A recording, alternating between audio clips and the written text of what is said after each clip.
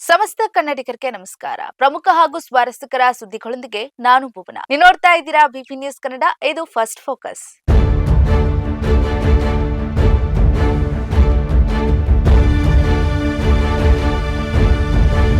ಮೊದಲಿಗೆ first focus ಸುದ್ದಿಯ ಮುಖ್ಯಾಂಶಗಳು. ನರೇಗಾ ಚರ್ಚೆಗಾಗಿ ವಿಧಾನಮಂಡಲ ಅಧಿವೇಶನ 2 ದಿನ ವಿಸ್ತರಣೆ.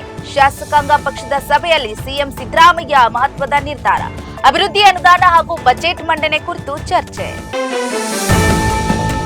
ಜಾಹೀರಾತು ವಿಚಾರವಾಗಿ ವಿಧಾನಸಭೆಯಲ್ಲಿ ಬಿಜೆಪಿಯಿಂದ ಸಭಾತ್ಯಾಗ. ಸರ್ಕಾರದ ಸುಳ್ಳು ಪ್ರಚಾರಕ್ಕೆ ತೆರಿಗೆ ಹಣ ದುರ್ಬಳಕೆ. ಕಾಂಗ್ರೆಸ್ ಮತ್ತು ಬಿಜೆಪಿ ಶಾಸಕರ ನಡುವೆ ವಾಗ್ವಾದ.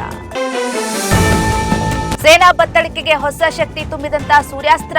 ಭಾರತ ಮತ್ತು ಇಸ್ರೇಲ್ ಸಹಭಾಗಿತ್ವದ ಕ್ಷಿಪಣಿ ಲಾಂಚರ್. ಶತ್ರು ರಾಷ್ಟ್ರಗಳ ಗುರಿ ಹತ್ತಿಕ್ಕಲು ಸಜ್ಜಾದ ಭಾರತೀಯ ಸೇನೆ. ಬೆಂಗಳೂರು ಅಂತಾರಾಷ್ಟ್ರೀಯ ಚಲನಚಿತ್ರೋತ್ಸವಕ್ಕೆ ಸಿಎಂ ಸಿದ್ದರಾಮಯ್ಯ ಚಾಲನೆ. ಶ್ರೀ ಸಂವೇದನೆ ಮತ್ತು ಸಮಾನತೆ ದನಿಯಡಿ ಚಲನಚಿತ್ರೋತ್ಸವ ಆರಂಭ. ಫೆಬ್ರವರಿ 6ರವರೆಗೆ ವಿವಿಧೆಡೆ ಸಿನಿಮಾಗಳ ಭರ್ಜರಿ ಪ್ರದರ್ಶನ. ಫೈನಲ್ಗೆ ಪ್ರವೇಶ ಪಡೆದಂತ ಆರ್ಸಿಬಿ ತಂಡ. ಮಹಿಳಾ ಪ್ರೀಮಿಯರ್ ಲೀಗ್ನಲ್ಲಿ ಆರ್ಸಿಬಿ ಅದ್ಭುತ ಪ್ರದರ್ಶನ. ಯುಪಿ ವಾರಿಯರ್ಸ್ ತಂಡವನ್ನ ಸೋಲಿಸಿದಂತಹ ರಾಯಲ್ ಚಾಲೆಂಜರ್ಸ್. ಇದೀಗ ಫಸ್ಟ್ ಫೋಕಸ್ ವಾರ್ತೆಯ ವಿವರಗಳು.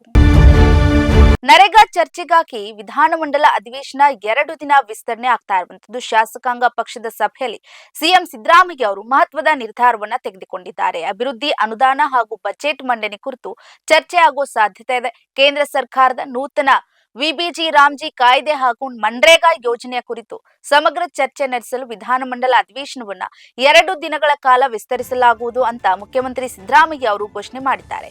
ಬುಧವಾರ ನಡೆದಂತ ಕಾಂಗ್ರೆಸ್ ಶಾಸಕಾಂಗ ಪಕ್ಷದ ಸಭೆಯಲ್ಲಿ ಮಾತನಾಡಿದಂತ ಅವರು ಈ ವಿಚಾರದಲ್ಲಿ ಸೋಮವಾರ ಮತ್ತು ಮಂಗಳವಾರ ವಿಶೇಷ ಚರ್ಚೆ ನಡೆಯಲಿದ್ದು ಎಲ್ಲಾ ಶಾಸಕರು ಕಡ್ಡಾಯವಾಗಿ ಭಾಗವಹಿಸಲೇಬೇಕು ಅಂತ ಸೂಚನೆಯನ್ನ ನೀಡಿದ್ದಾರೆ. ಗ್ರಾಮೀಣ ಅಭಿವೃದ್ಧಿಗೆ ಸಂಬಂಧಿಸಿದಂತೆ ಈ ಪ್ರಮುಖ ಕಾಯ್ದೆಯ ಸಾಧಕ ಬಾಧಕಗಳ ಬಗ್ಗೆ ಸದನದಲ್ಲಿ ನಿರ್ಣಯ ಅಂಗೀಕರಿಸುವ ಸಾಧ್ಯತೆ ಇದೆ. ಇದೇ ಸಭೆಯಲ್ಲಿ ಶಾಸಕರಿಗೆ ನೀಡಲಾಗುವಂತಹ ಅಭಿವೃದ್ಧಿ ಅನುದಾನದ ಬಗ್ಗೆ ಕೂಡ ಚರ್ಚೆ ನಡೆಯುವ ಸಾಧ್ಯತೆ ಇದೆ. ಕಾಂಗ್ರೆಸ್ ಶಾಸಕರಿಗೆ ತಲಾ 50 ಕೋಟಿ ರೂಪಾಯಿ ಹಾಗೂ ವಿರೋಧ ಪಕ್ಷದ ಶಾಸಕರಿಗೆ 25 ಕೋಟಿ ರೂಪಾಯಿಗಳು ಮಂಜೂರು ಮಾಡುವುದಾಗಿ ಸಿಎಂ ತಿಳಿಸಿದ್ದಾರೆ.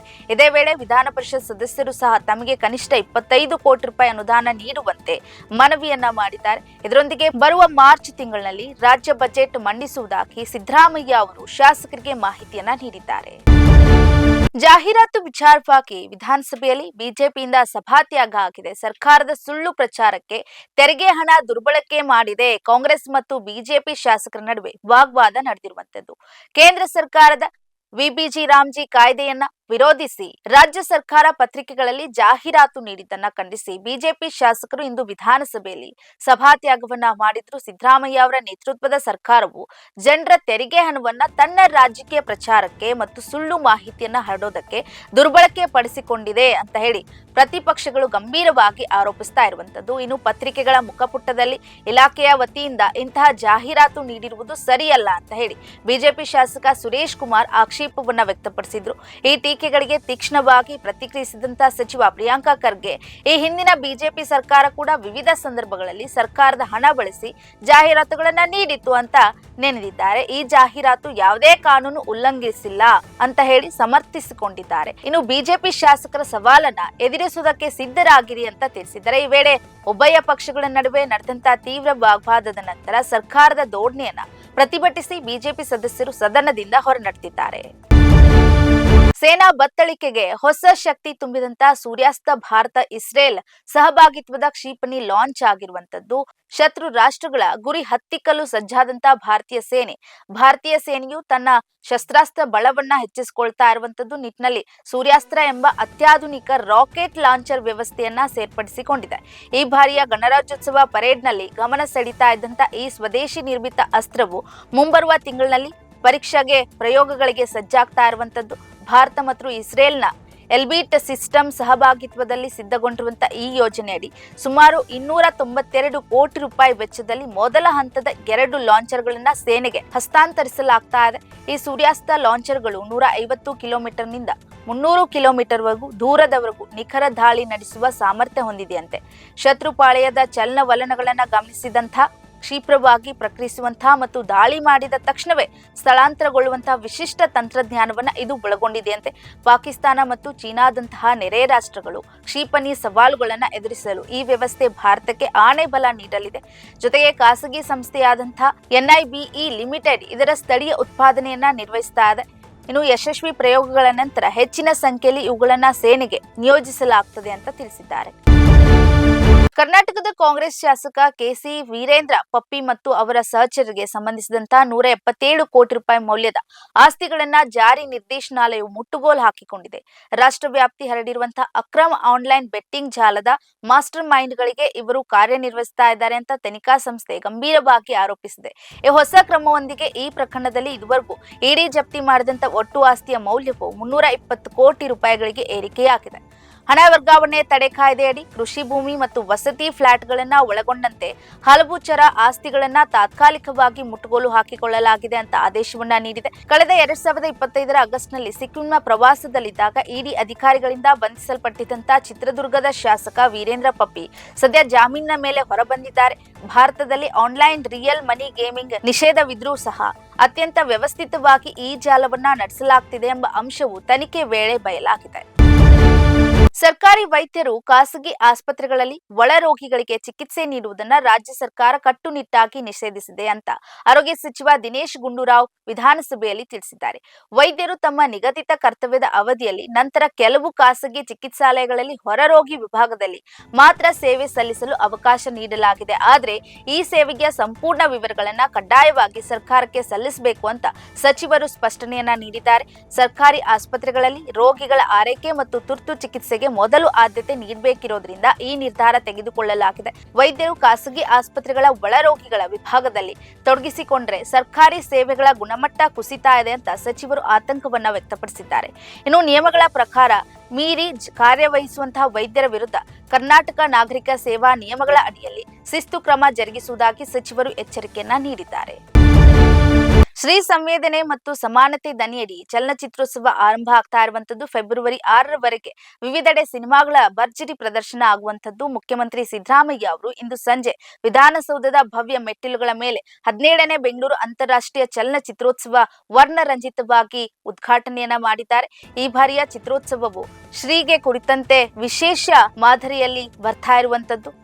ಇನ್ನು ಮಹಿಳಾ ಪ್ರಧಾನ ಚಿತ್ರಗಳಿಗೆ ಹೆಚ್ಚಿನ ಆದ್ಯತೆ ನೀಡಲಾಗ್ತಾ ಇದೆ. ಉದ್ಘಾಟನಾ ಸಮಾರಂಭದಲ್ಲಿ ಪ್ರಖ್ಯಾತ ನಟ ಪ್ರಕಾಶ್ ರಾಜ್, ನಟಿ ರುಕ್ಮಿಣಿ ವಸಂತ ಹಾಗೂ ಅನೇಕ ಗಣ್ಯರು ಕೂಡ ಭಾಗವಹಿಸಿದ್ರು.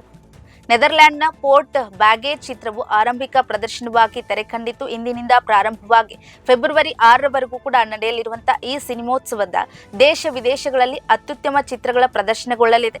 ಬೆಂಗಳೂರಿನ ರಾಜಾಜಿನಗರದ ಲೂಲು ಮಾಲ್ನಲ್ಲಿರುವಂತಹ ಸಿನಿ ಪೊಲೀಸ್ ಹಾಗೂ ಸುಚಿತ್ರಾ ಫಿಲ್ಮ್ ಸೊಸೈಟಿ ಮತ್ತು ಕರ್ನಾಟಕ ಚಲನಚಿತ್ರ ಕಲಾವಿದರ ಸಂಘದ ಆವರಣದಲ್ಲಿ ಸಿನಿಮಾ ಪ್ರಿಯರಿಗೆ ವೀಕ್ಷಣೆಗೆ ಅವಕಾಶ ಕಲ್ಪಿಸಲಾಗಿದೆ. 17ನೇ ಬೆಂಗಳೂರು ಅಂತಾರಾಷ್ಟ್ರೀಯ ಚಲನಚಿತ್ರೋತ್ಸವವನ್ನು ನಡೆಸ್ತಾ ಇದೆ. ಇವತ್ತಿನಿಂದ ಫೆಬ್ರವರಿ 6ನೇ ತಾರೀಕು ಈ ಸಮಾರಂಭವನ್ನು ಅಂತಾರಾಷ್ಟ್ರೀಯ ಚಲನಚಿತ್ರೋತ್ಸವದ ಉದ್ಘಾಟನೆಯನ್ನು ಅತ್ಯಂತ ಸಂತೋಷದಿಂದ ನೆರವೇರಿಸಿದ್ದೇನೆ ಅಂತಕ್ಕಂಥ ಮಾತುಗಳನ್ನು ಹೇಳಲಿಕ್ಕೆ ಬಯಸ್ತೇನೆ. ಕರ್ನಾಟಕ ಸರ್ಕಾರ ಈ ಬಾರಿ ಸುಮಾರು 70 ದೇಶಗಳ ಆಯ್ದ ಸುಮಾರು 240 ಸಿನಿಮಾ ಪ್ರದರ್ಶನ ನಡೆಯಲಿದ್ದು ದೇಶ ವಿದೇಶಗಳ ಅಪರೂಪದ ಚಲನಚಿತ್ರಗಳನ್ನು ವೀಕ್ಷಿಸುವ ಅವಕಾಶ ದೊರೆತಿದೆ. ನಿಮಗೆ ಪ್ರತಿಷ್ಠಿತ ಅಂತಾರಾಷ್ಟ್ರೀಯ ಚಲನಚಿತ್ರೋತ್ಸವಗಳಲ್ಲಿ ಪ್ರಸಿದ್ಧಿ ಪಡೆದ ವಿಮರ್ಶಕರ ಮೆಚ್ಚುಗೆಗೆ ಪಾತ್ರವಾದ ಮತ್ತು ಜನಮನ್ನಣೆ ಗಳಿಸಿರುವ 100ಕ್ಕೂ ಹೆಚ್ಚು ವಿದೇಶಿ ಚಲನಚಿತ್ರಗಳು, ಹಾಗೆಯೇ 30ಕ್ಕೂ ಹೆಚ್ಚು ವಿವಿಧ ಭಾರತೀಯ ಭಾಷೆಗಳ ಚಲನಚಿತ್ರಗಳ ಪ್ರದರ್ಶನ ನಡೆಯಲಿದೆ.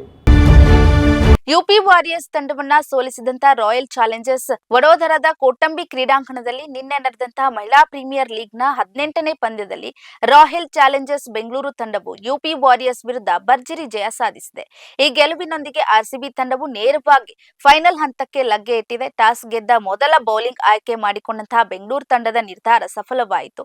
ಯುಪಿ ವಾರಿಯರ್ಸ್ ತಂಡವು ನಿಗದಿತ 20 ಓವರ್ಗಳಲ್ಲಿ 8 ವಿಕೆಟ್ ನಷ್ಟಕ್ಕೆ 143 ರನ್ ಗಳಿಸಲಷ್ಟೇ ಶಕ್ತವಾಯಿತು. ತಂಡದ ಪರಿ ದ್ವೀಪ್ತ ಶರ್ಮಾ 55 ರನ್ ಮತ್ತು ಮೇಗ್ ಲ್ಯಾನಿಂಗ್ 41 ರನ್ ಗಳಿಸಿ ಹೋರಾಟ ನಡೆಸಿದ್ರು.